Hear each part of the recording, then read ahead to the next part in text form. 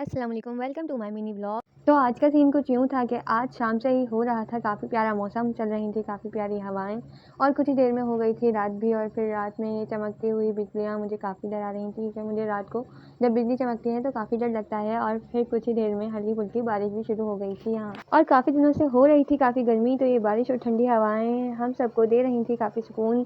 और फिर मैंने इस बारिश को किया काफ़ी इंजॉय, क्योंकि बारिश अल्लाह की नेमतों में से एक है। और बारिश को एंजॉय करने के साथ साथ मैंने किया अपने रब का शुक्र अदा, क्योंकि उसने हमें इतनी गर्मी के बाद फाइनली इस बारिश से नवाजा। हालांकि हमारे काम इस तरह के नहीं हैं कि अल्लाह ताला हम पर अपनी रहमत बरसाए, लेकिन अल्लाह ताला हमेशा ही अपने बंदों पर रहम करता है, क्योंकि हमारा रब हमें 70 माओ से ज़्यादा प्यार करता है।